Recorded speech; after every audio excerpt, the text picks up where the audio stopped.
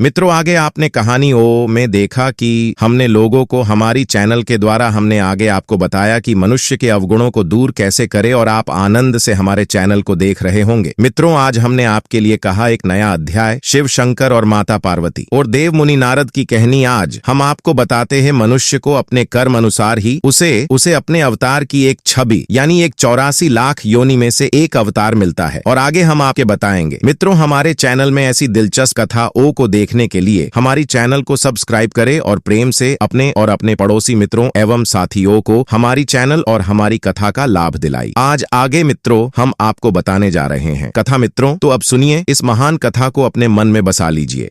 तो अब मित्रों सुनिए, एक बार की बात है, एक समय भ्रमण कर रहे देव मुनि नारद ने एक बार विचित्र दर्शन कर लिए, जिसमें पृथ्वी लोक पर एक प्राचीन गांव में शिवलिंग के सामने एक गरीब आदमी इस शिवलिंग को खरी खोटी सुनाने लगा। और आगे भ्रमण करते उन्होंने देखा एक नीम के पेड़ पर एक कागा और कोयल बात करते हुए कि मनुष्य अपने जीवन में बहुत सुखी है और वो जो चाहे वो खान पान मनचाहा खाना खा सकते हैं। और कोयल की बात सुनते ही कागा बोला कि बिना कर्म किए किसी को कुछ भी नहीं मिलता और हर मनुष्य और 84 लाख योनि में जीवन पसार करता वो अपने कर्म से ही जाना जाता है। हर मनुष्य प्राणी को बिना काम किए कुछ भी नहीं मिलता। और यह बात देव मुनि नारद ने सुनी और बोले कि यह बात महादेव को करने होगी। देव मुनि नारद ने आकाश मार्ग से कैलाश की तरफ जाते हुए और कैलाश पर जाते ही वो वहां रुके और वहां उन्होंने देवी पार्वती को देखा और उन्हें पूछा कि माता पार्वती प्रणाम। और माता ने कहा यशस्वी भव। और माता ने देव मुनि नारद को देखा और कहा कि आपका स्वागत है मुनि, आपका यहाँ पर आना हुआ। और कहा कि आपका यहाँ पर इतनी जल्दी कहाँ जा रहे हो। और तभी वो माता में भगवान शिव से मिलने आया हूँ, माते मुझे उनसे प्रश्न पूछना है। और इतना कहकर वो आगे महादेव से मिलने चले गए। महादेव ध्यान में बैठे हुए थे और तभी देव मुनि नारद ने महादेव से कहा, हे महादेव, आंखें खोलिए, प्रभु मेरी मदद कीजिए, प्रभु मेरे कष्टों का निवारण कीजिए, हे भोलेनाथ मेरे प्रश्न का उत्तर दीजिए प्रभु। और इतनी विनती लगाते ही महादेव ने आंखें खोली और बोले, हे देव मुनि नारद, आपके भला क्या कष्ट हुआ, कृपा करके मुझे बताए। और भोलेनाथ की बात सुनकर सारा व्याख्यान सुनाया और कहा कि मैं अभी उस भक्त का कष्ट हरूंगा। और भोलेनाथ उस भक्त के पास गए और उससे सारी बात की। और वह भक्त बोला, भगवान आपकी जिंदगी कितनी आरामदायक है, आप तो बस मंदिर में एक जगह आराम से बैठे रहते हैं और लोगों की प्रार्थनाएं सुनते रहते हैं। कोई तुम्हें लड्डुओं का भोग लगा जाता है तो कोई प्रसाद चढ़ा जाता है, तरह तरह के मिष्ठान और पकवान भी आपको यहीं बैठे बैठे खाने को मिलते रहते हैं। तुम्हारा जीवन कितना आसान है और मेरी जिंदगी कितनी कठिन है। और मेरी छोटी सी जिंदगी है, उसमें हजारों तरह के दुख भरे पड़े हैं और हजारों तरह की परेशानियां आप दे दिए हैं। दिन भर कड़ी मेहनत करता हूँ, तब कहीं 2 समय का खाना मैं अपने परिवार के लिए जुटा पाता हूँ। और वही पापी पाखंडी लोगों को देखो, दिन रात बुरे कर्मों में लिप्त रहते हैं, फिर भी मौज की जिंदगी जी रहे हैं। हे भगवान, यदि मेरी भी जिंदगी आपकी तरह हो जाती तो मेरा जीवन कितना खुशहाल होता। भगवान भोलेनाथ ने उस शंभू नाम के व्यक्ति को बहुत समझाया, पर वह बड़ा जिद्दी था। उसने भगवान भोलेनाथ की एक भी बात नहीं मानी। फिर भगवान भोलेनाथ ने भी सोचा कि चलो मैं इसे एक दिन के लिए अपनी जिंदगी दे ही देता हूँ। कुछ लोगों पर उपदेशों की बातों का कोई प्रभाव नहीं पड़ता है, वह संसार की ठोकर खाने के बाद ही सही राह पकड़ते हैं। फिर आगे भगवान भोलेनाथ ने कहा, बेटा ठीक है, एक दिन के लिए मैं तुम्हें भगवान बनाता हूँ और तुम्हारी जिंदगी मैं जीता हूँ, फिर देखते हैं कि तुम मेरा काम किस ढंग से करते हो। और हाँ, मेरी जिंदगी जीने के लिए तुम्हें कुछ शर्तों का पालन करना होगा। मित्रों, फिर वह शंभू नाम का भक्त बोला है, भगवान भोलेनाथ मैं आपकी सारी शर्तें मानने के लिए तैयार हूँ, बताइए आपकी क्या शर्तें हैं। भगवान भोलेनाथ कहते हैं, हे पुत्र तुम ध्यान से सुनो, मंदिर में रोजाना बहुत से लोग आएंगे जाएंगे, जिसमें अच्छे भी लोग होंगे और बुरे भी लोग होंगे, क्योंकि भगवान पर तो सबका ही अधिकार होता है। यदि किसी पिता का एक बेटा निकम्मा निकले तो क्या वह पिता उसे अपना बेटा नहीं मानेगा। इसी तरह अच्छे बुरे दोनों लोग मेरे बच्चे हैं, परंतु परिणाम मैं उनको उनके कर्मों के अनुसार ही देता हूँ। दोस्तों, फिर भगवान भोलेनाथ कहते हैं, बेटा जब तुम भगवान बनकर मेरे स्थान पर खड़े होगे तो और सभी शर्त मानी। और कुछ दिन बीत गए, भक्त पत्थर की शिवलिंग में रहकर देखा और उसने देखा एक व्यापारी आता है, वो धूर्त था, कपटी था, उसका सोने का सिक्का गिर जाता है। और थोड़ी देर बाद एक मजदूर आया और वो बोला, भगवान की जय हो, मेरा बच्चा खाना खाएगा, जय हो। और थोड़ी देर बाद एक सिपाही आया, भोलेनाथ को मिलने मंदिर में आया और व्यापारी ने वापस आकर उस सिपाही को चोर समझकर उसे मारने लगा। वो भगवान को पुकारने लगा और उस भक्त को देखा नहीं गया और वो बोल उठा। उसी समय वो शिवलिंग में से बाहर आ गया और सब सच बता दिया और सैनिक को बचा लिया। और व्यापारी ने वो सिक्का मजदूर से वापस लिया। एक दिन भगवान बनकर मैंने कितना महत्वपूर्ण कार्य किया है। भक्त की बात जब भगवान भोलेनाथ ने सुनी तो कहने लगे, बेटा तुमने न्याय नहीं अन्याय किया है, तुमने उस गरीब आदमी को पकड़वा कर